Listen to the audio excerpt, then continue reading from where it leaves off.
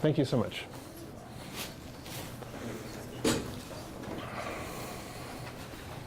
Well, good afternoon, everybody.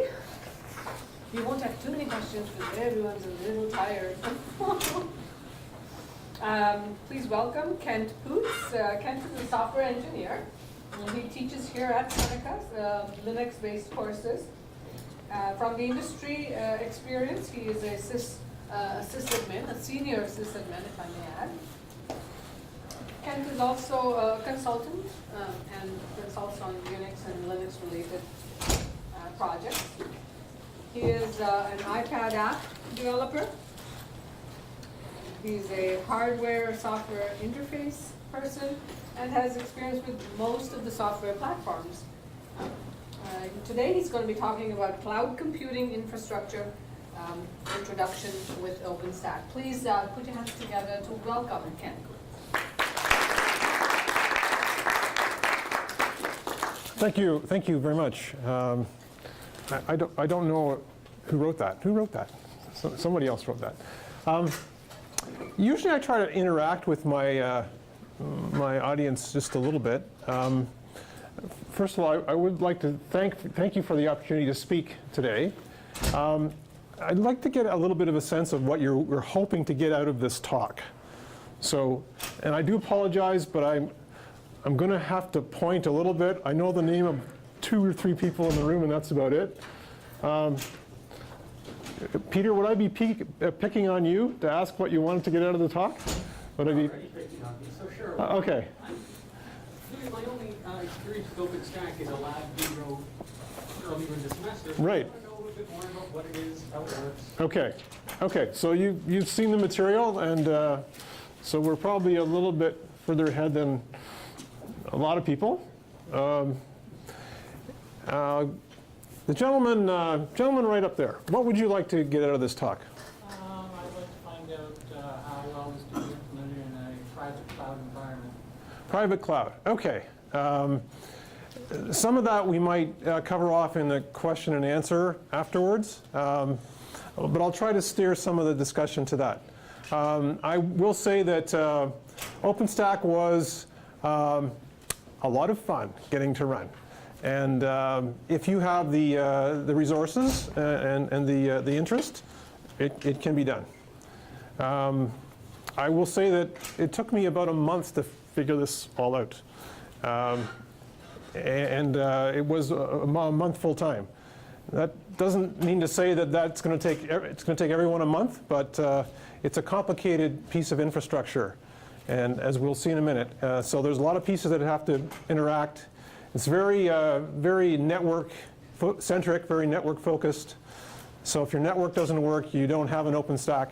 And there's several components that have to interact in a civil way. And if they start to be uncivil, then OpenStack becomes not so open. One more person, I'm going to pick on one more person to see what they wanted to get out of this talk. The young lady at the back, on the back row, typing into a computer. Yes. What would you like to get out of this talk? I don't know what to say. I'm just interested in How things work. How things work? Yeah, how it works is what I'm interested in. How that being open source. Just to have an idea. Okay, we'll try that. One little side note. Je regrette, je parle seulement un peu de français, but I don't speak Wookiee. I caught the last talk where the fellow was speaking Wookiee. I don't speak that. I'm sorry. I speak a little bit of French. I could probably even take some questions if you like. So let's have a look at cloud computing infrastructure. I'm going to try and do a bit of an overview, and then we'll focus on OpenStack. So this is what I would like to do. We've had a few introductions. We'll go through a little bit of an overview of cloud computing concepts. See what OpenStack is about in the big picture. And then the fun part. The lights go out. Was that on purpose, or? The lights just went out. Okay, I won't take that as editorial comment. Then the demo. And the demo, it should work. The network is up and running. We'll keep our fingers crossed that things are working. One of the issues with OpenStack is it is network centric, so you have to have a good network. And we have a reasonable network, but I can't make a lot of promises. Just a nickel introduction. I do have the privilege of being a teacher here at Seneca. I do see it as a privilege. It's a great place to teach. I'm also a PhD student at York University.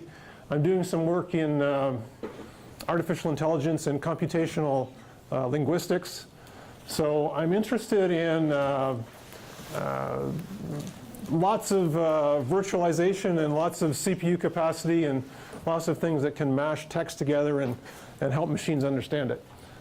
So the reason I looked at OpenStack, twofold, to try to work towards some course material updates for Seneca, and also the second reason would be the research I'm involved in at York, which is processing and machine intelligence. So I'm hoping that it's going to help. Microphone not working? It should be. Okay, it is working. It is working? All right, I think you're good to go. We good? Okay. Do you want me to restart or? No, I didn't hear any. Oh, okay. Okay. So okay, that's fine.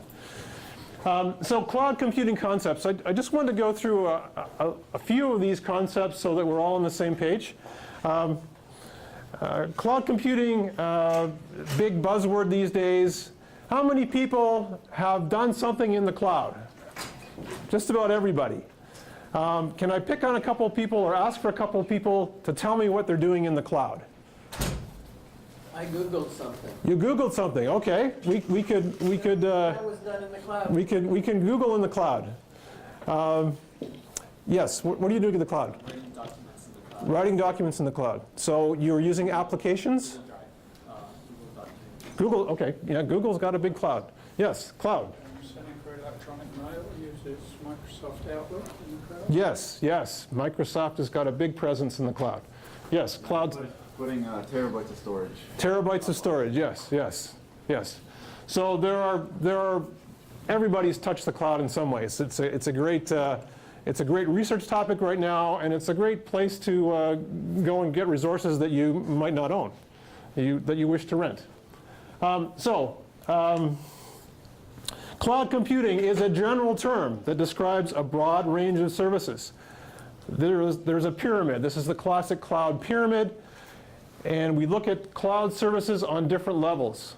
So if we're using an application, this is it's probably going to be software as a service. If we're using just infrastructure, if we want to boot up a free open source Linux box, we're probably going to use IaaS.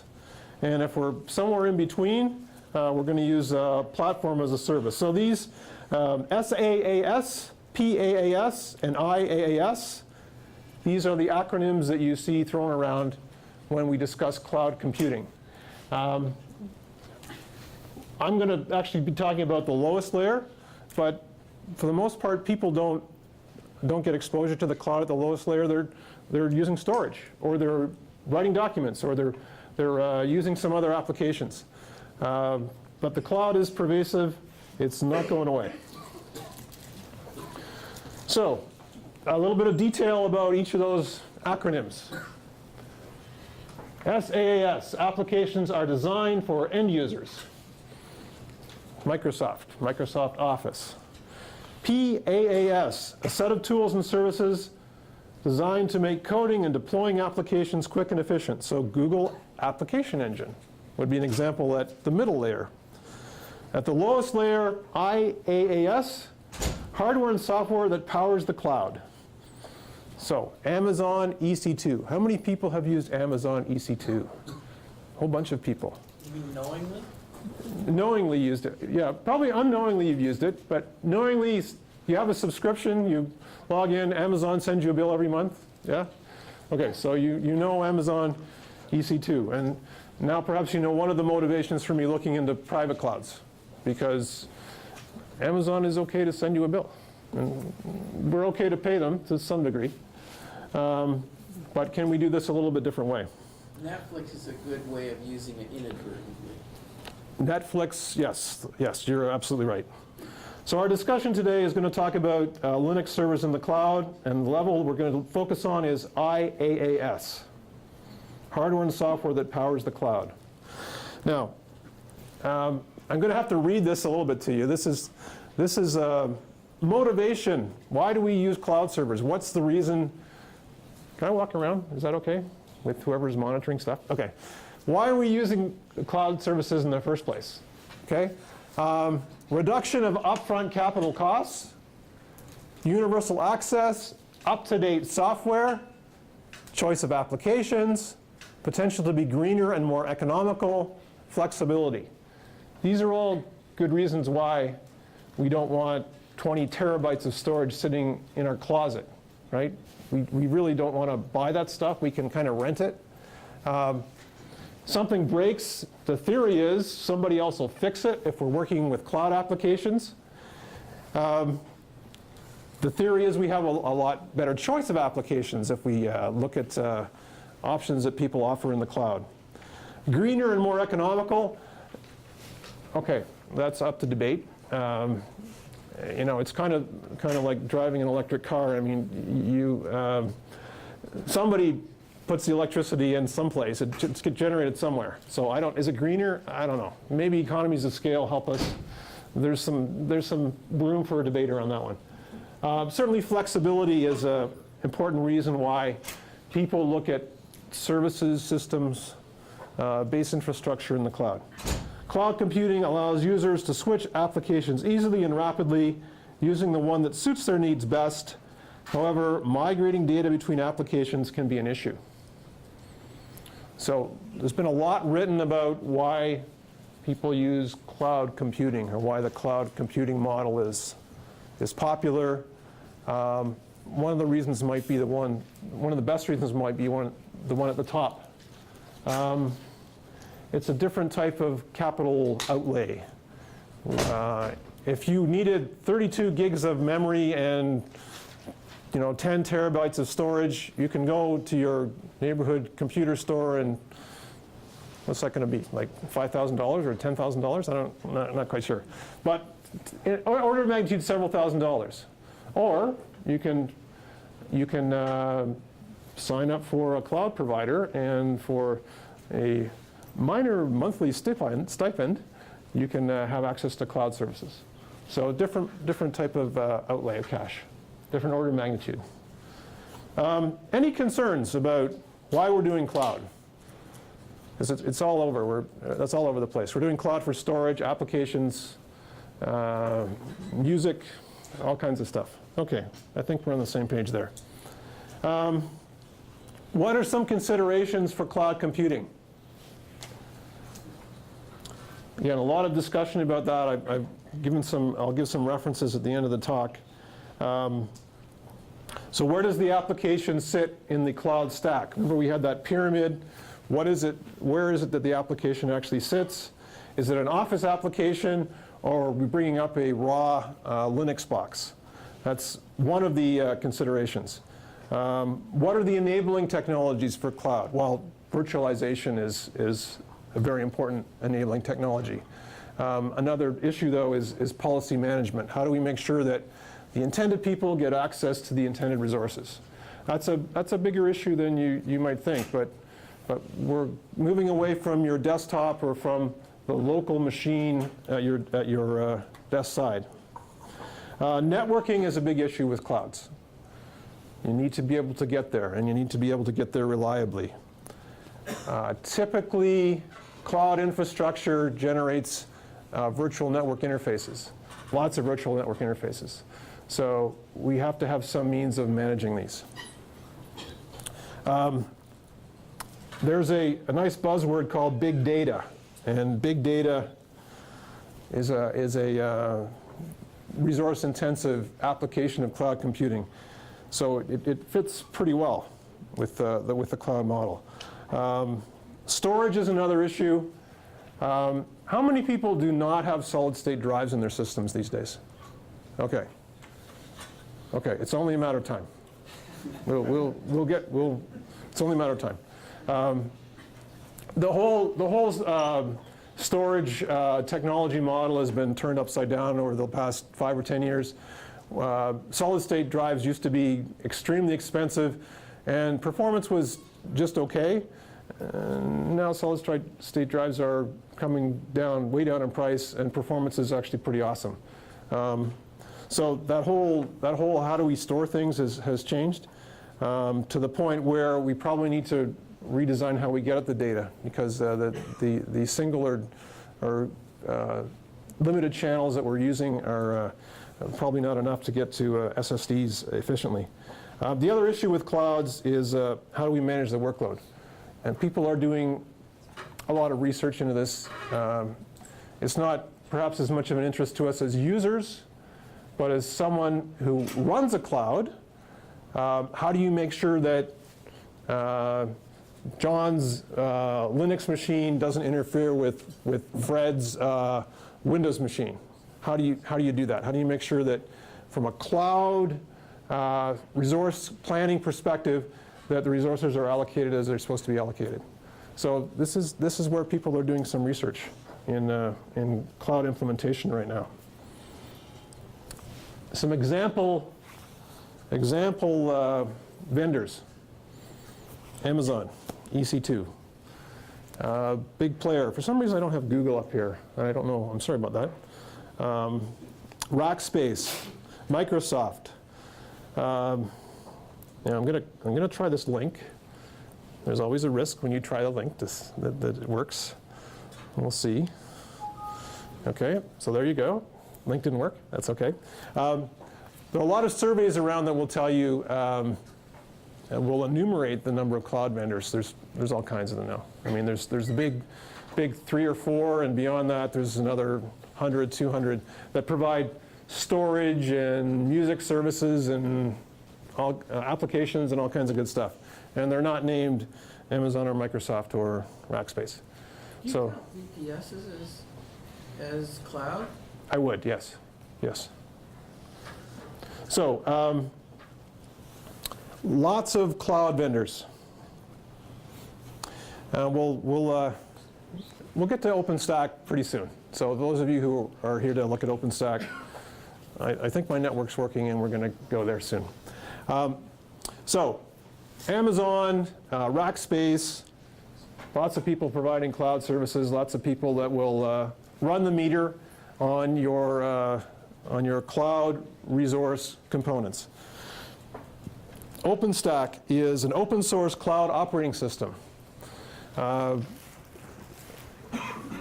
lot of the cloud vendors use proprietary infrastructure. This is an attempt to provide open infrastructure that you, in theory, can implement. The funding for OpenStack actually came from a really cool place, Rackspace, and from NASA. So you figure that if it comes from NASA, it's got to be good, right? Many people, many other companies are involved in funding, and I'm a little bit hesitant to click on this link. We'll try it.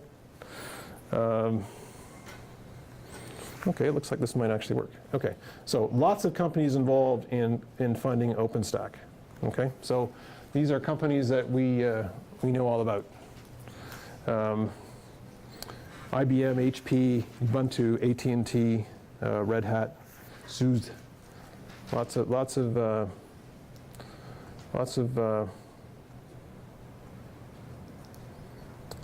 Sorry, I need to go back to my presentation. Lots of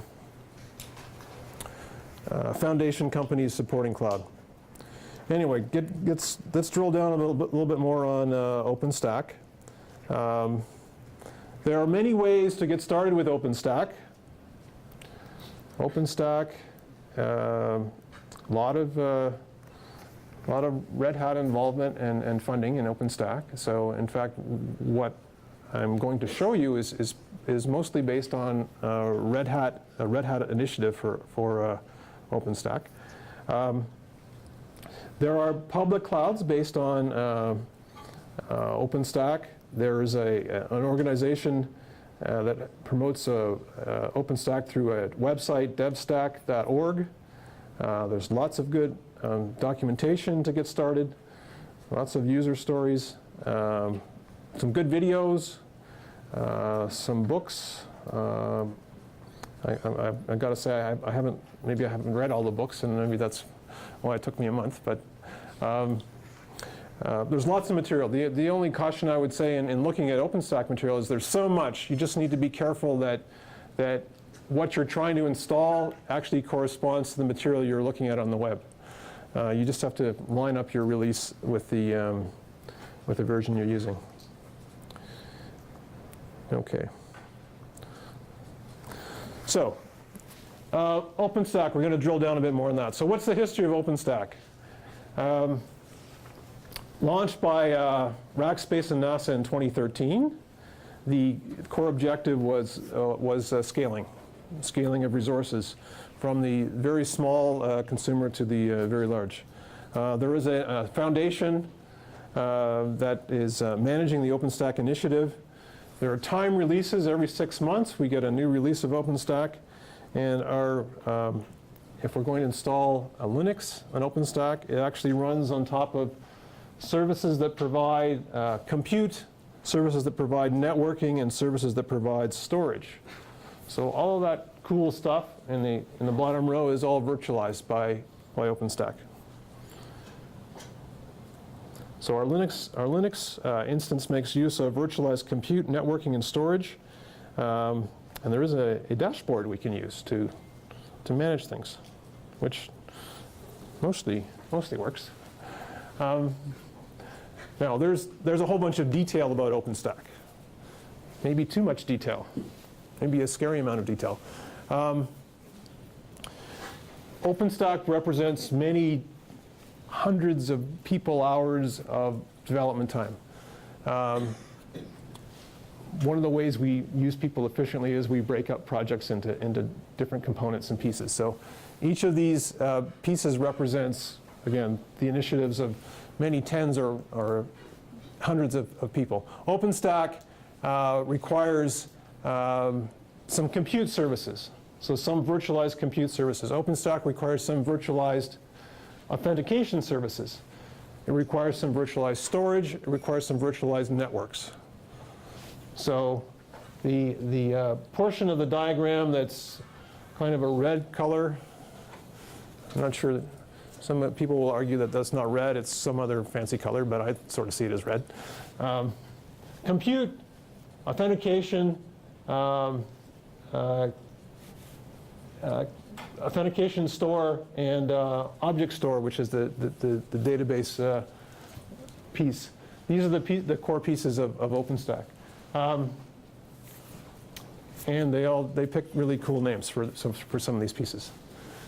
Anyway, you can look at the documentation. I don't want to go into too much more about that, other than to say it's several components. They all have to interact, and it represents a pretty massive undertaking. There are reference architecture documents if you want more information about background information. So what can OpenStack do? OpenStack can run a Red Hat Linux. It can run a virtualized instance of Red Hat Linux. So OpenStack is a cloud operating system, just as,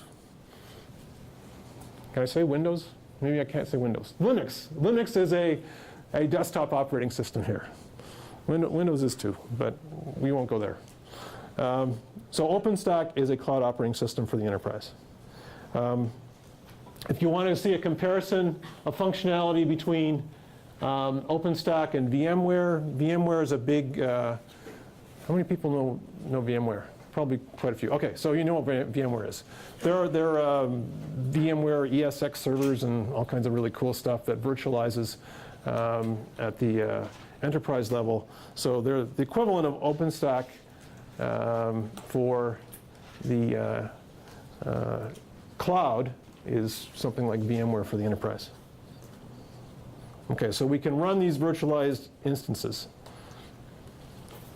Someone was asking earlier, can I do this myself? Yes, you can, but you need to be prepared to pay your dues and navigate the how does it go? The slings and arrows of fortune. Yes, sorry, I didn't quite get that quote right. So for a single machine proof of concept, OpenStack is actually intended to work using a collection of systems.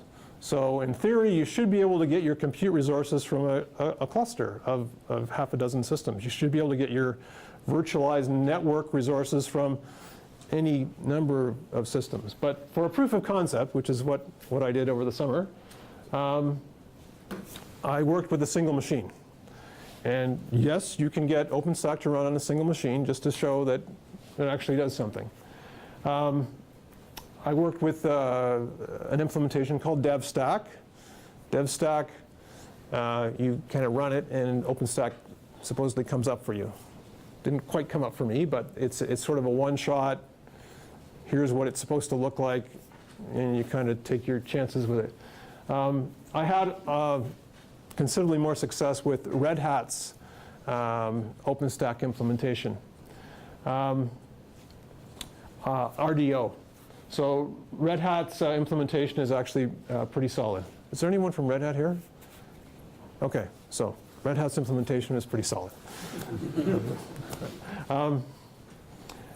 Minimum machine, and this is where you might get into some glitches because I mean, I'm trying OpenStack because I don't have a bunch of money for hardware. So I don't have the 64 gigabytes of RAM sitting around, and I don't have terabytes of memory. So I had to find kind of the minimal machine that would run OpenStack. So, so 2 gig doesn't work, and 4 gig doesn't work.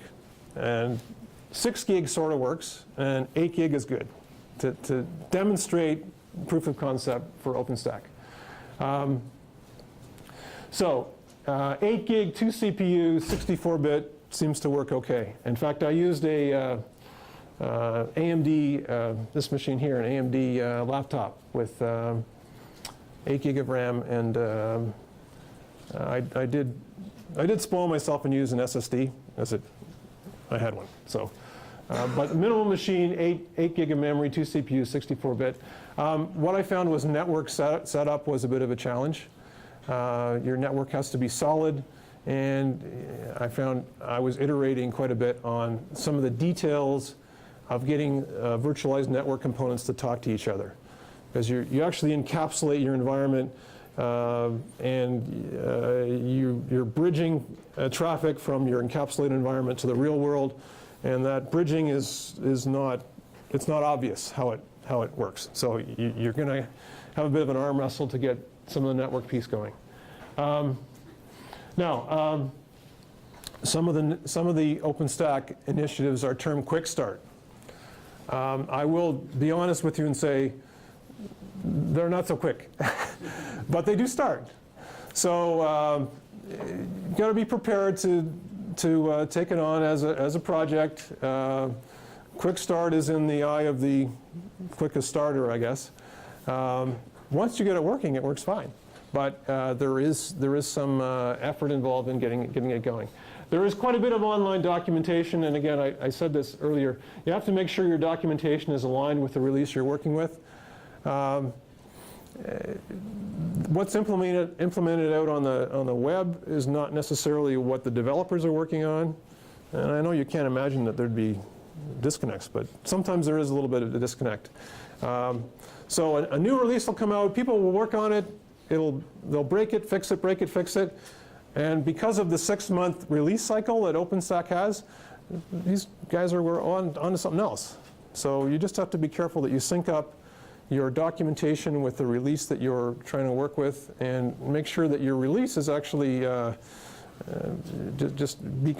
would be conservative. I was conservative. I did not pick the bleeding edge release. I picked a release that was a year or so old. So in theory, other people stumbled and helped me out by what was online. Okay, so that's my nickel observations of OpenStack. Now, I would like to do a bit of a demo for you. So the network is working. This part is does require that there's no hocus pocus, but this is live. So now my trusty little AMD box is here in the background. We're not going to use that right now. You can come and have a look at it in a minute. I'm going to try an online demo site, and if the network cooperates, this is actually a pretty good way to get into to get a look and feel for OpenStack, because we don't install anything. We just log into OpenStack. So let's see if we can't log in here. And they have this login with Facebook thing, which I'm sure you know a lot more about it than I do. Facebook? What is that? I don't know what that is. Okay, so it's working so far. Great. So there's OpenStack, the overview page, and it tells us that of the instances I'm allowed to run, there's limited resources here. I'm using one virtual CPU. I'm using a little bit of RAM. I'm using something called a floating IP. This is where the network gets a little tricky. We are assigned IPs from a pool of IPs, and that works on two levels, on our internal network and on how we access the external network as well. So there's a pool of IPs to access the external network and a pool of IPs for the internal network. So that's really cool. And I'm doing something with security, doing nothing with storage. Well, that's okay. So let's see what I've got running.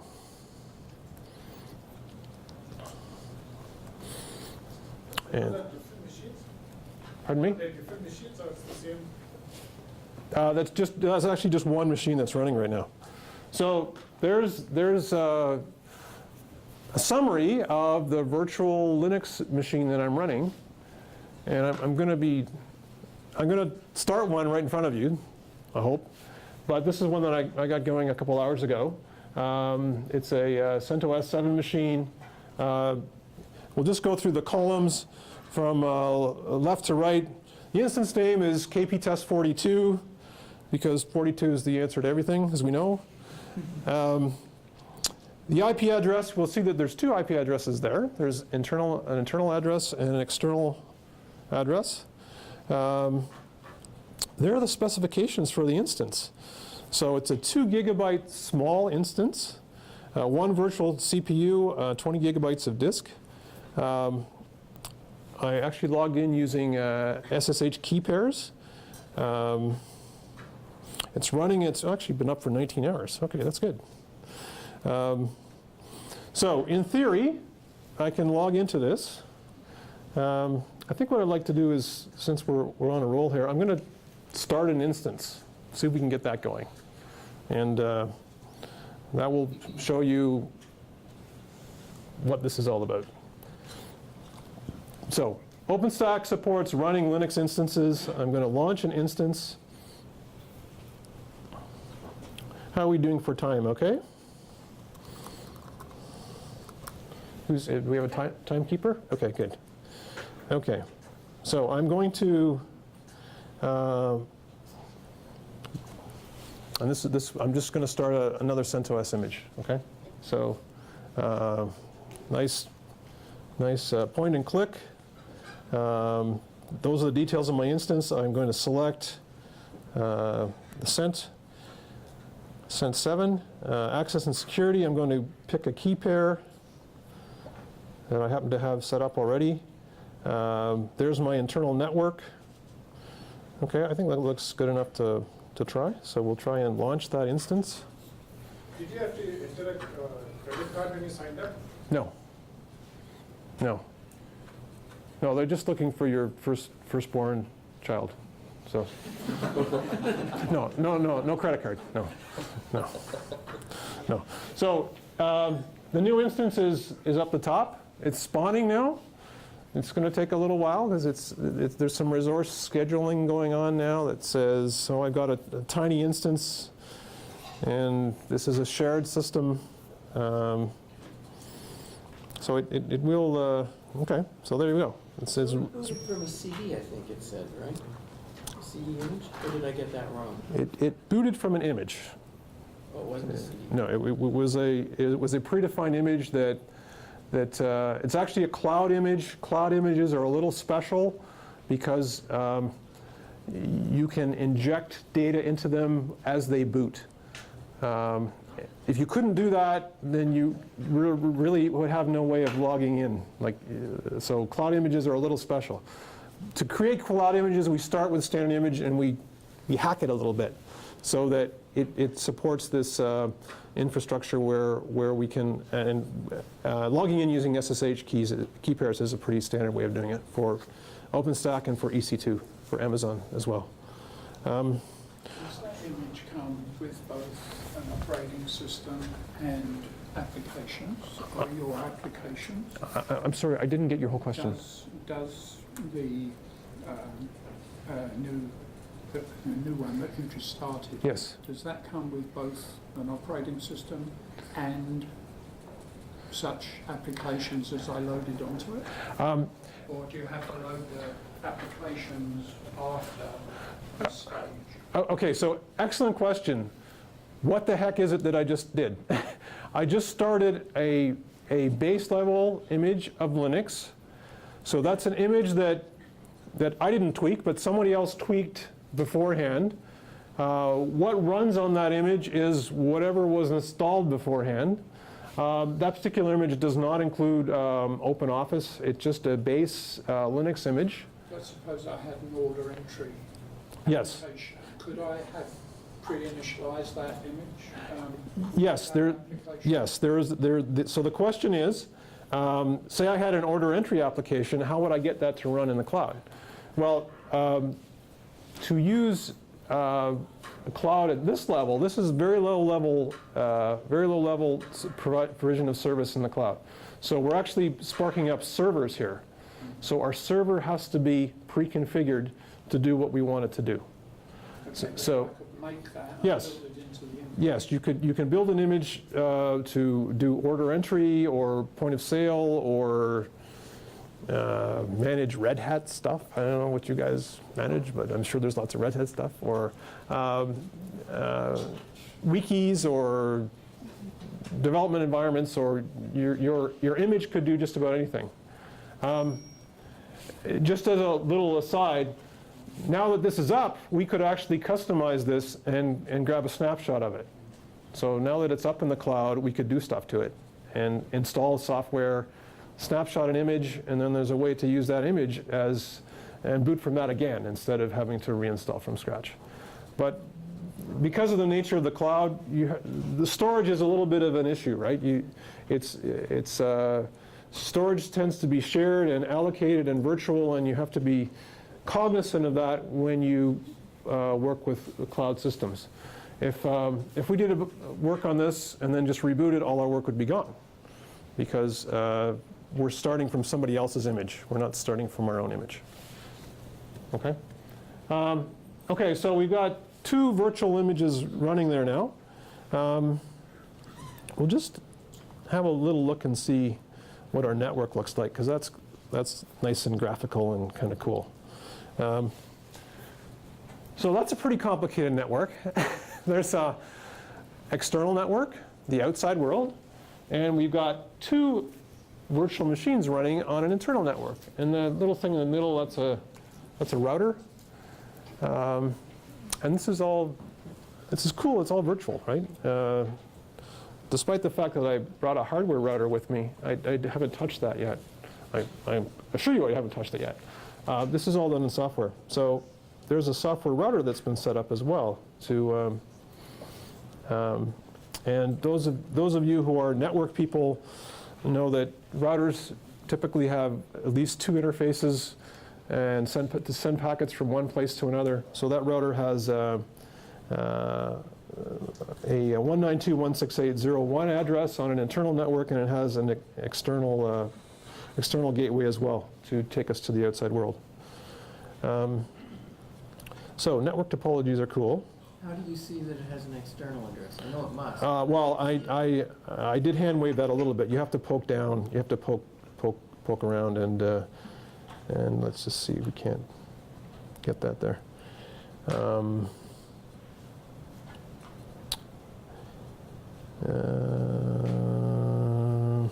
Okay, sorry, it doesn't. Yeah. Okay. It's not obvious from the. It's not obvious. Okay. It's perhaps the network topology diagram shows it to us a little better. And I could break that, but I don't want to. Right. So one last thing I'd like to try to do, just to show you that this is not sleight of hand, is let's see if we can't do some, just show you that it actually is working now. So now 192.168.0.14, am I going to be able to ping that?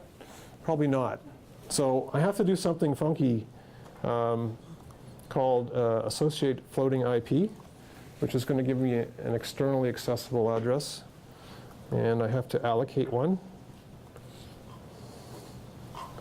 Okay, so it's going to allocate an external address from a pool. Okay, so it gave me an 8.21.28.109 external address. Associate. Okay, that was easy. And in theory, gee, I hope this works. 8.21.28.109. Okay, so there you go. So this is sitting somewhere in Maynard, Mass, or someplace down south, and we're able to ping. So I got to stop on a high note, right? I mean, it worked. Yeah. Virtual and real have connected. Virtual and real have connected. So you can imagine if I can ping this, I can SSH into it. I could, in theory, set up a web server. I should touch on one more thing. Yes, it does. Sorry, who's asking? Yes. Yeah, SSH. The question is, how do you get to it, or? Well, what does it have by default, the way they set it up? Does it have Apache? Does it have SSH, Telnet, FTP? Well, this is a pretty bare bones CentOS 7 image, so Apache will be there, but it's not going to be configured. And there is a security piece that I didn't take out of my pocket just yet, which I need to talk over with you. And security groups. Okay, so create security groups. No, that's not what I want. Network security object store. No, there is a security piece. So I already the term is injected. I already provided an SSH key pair. So I did this prior to our discussion today. So what was our, let's just get back to our IP for a second. Okay. So SSH is working, but this is pretty vanilla. There's really nothing much else going on with this. This is pretty bare bones. So I should be able to SSH to it, but I don't think I can do much else. Let's see if I can't find, I'm sorry, my desktop just got all mashed on me, so let's see if I can't get into this to at least show you that SSH is working. Auth. Okay.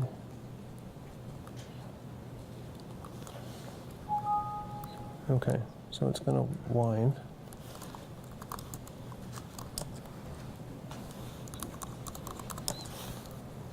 Okay, so there I am logged into that instance now. You're going to have to take my word for it because I could be logged in anywhere, right? But that is the instance. I did use the IP that we just assigned. So what do you want to see? Let's just top, okay? Uname dash A. Okay, uname dash A, that's fair. So user ID CentOS is what comes out of the box. Yes, that's how it comes out of the box, yes. Say it's pretty hard to read. Can we Yeah, do you want to, can we just dim the lights for a minute? People want to look at this stuff. Is that okay? Thank you.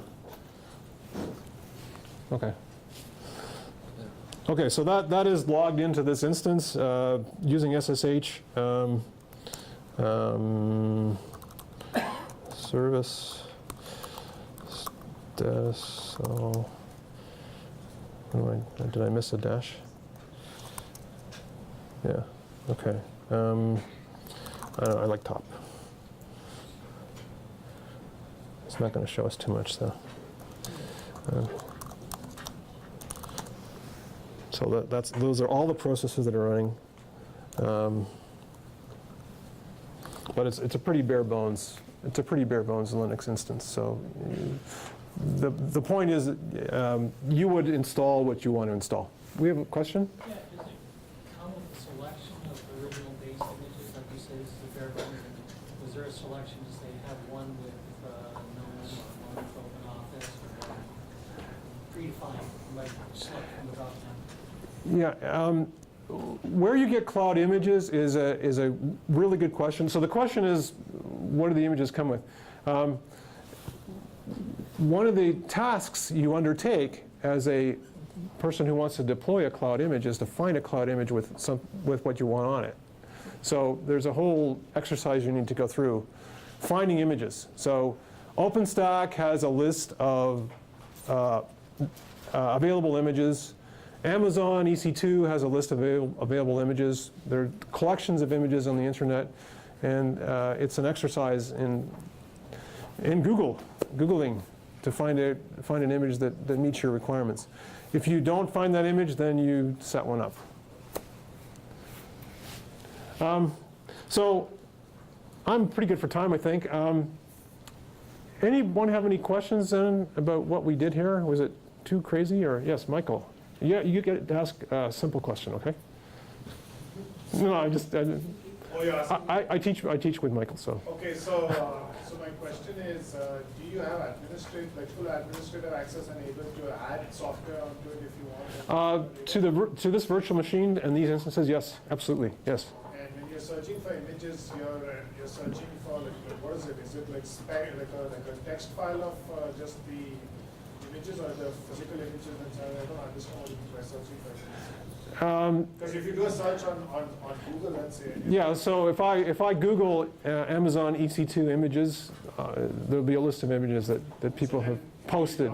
Is it like an ISO file that you got to download or something? There'll be a file in a format that a cloud provider understands. It's not quite ISO, but ISO works, but there are different cloud image formats too. So it's not quite. And then you don't really know what's in that image then? Well,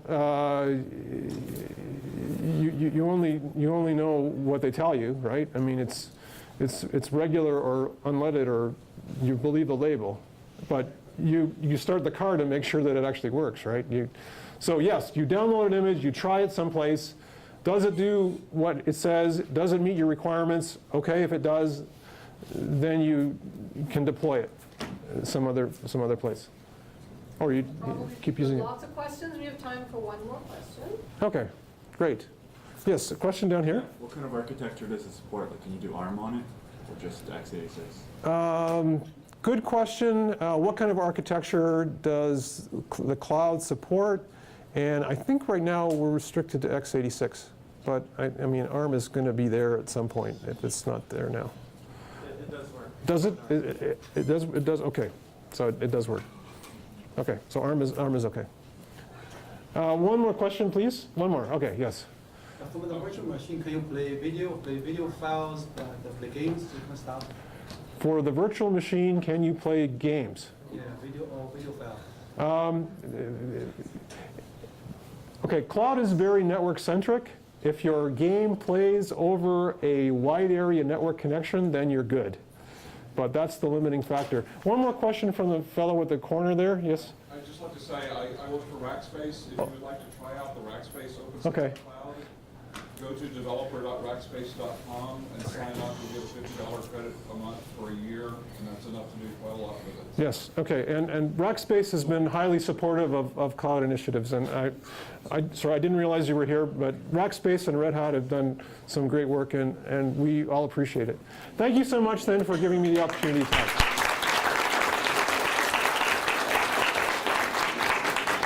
Thank you, Kent, and a Thank small you. token of appreciation. Thank you so much.